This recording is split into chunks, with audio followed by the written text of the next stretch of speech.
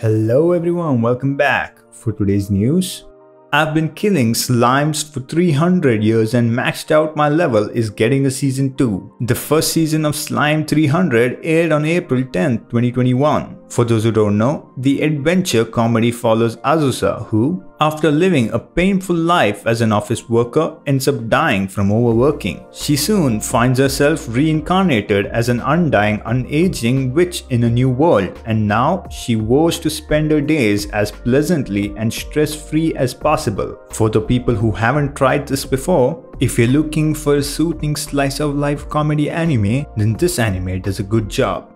どうか頭を上げてください。ヘリタラさん。はい、了解いたしました。カチャ、カチャ、カチャ、カチャ。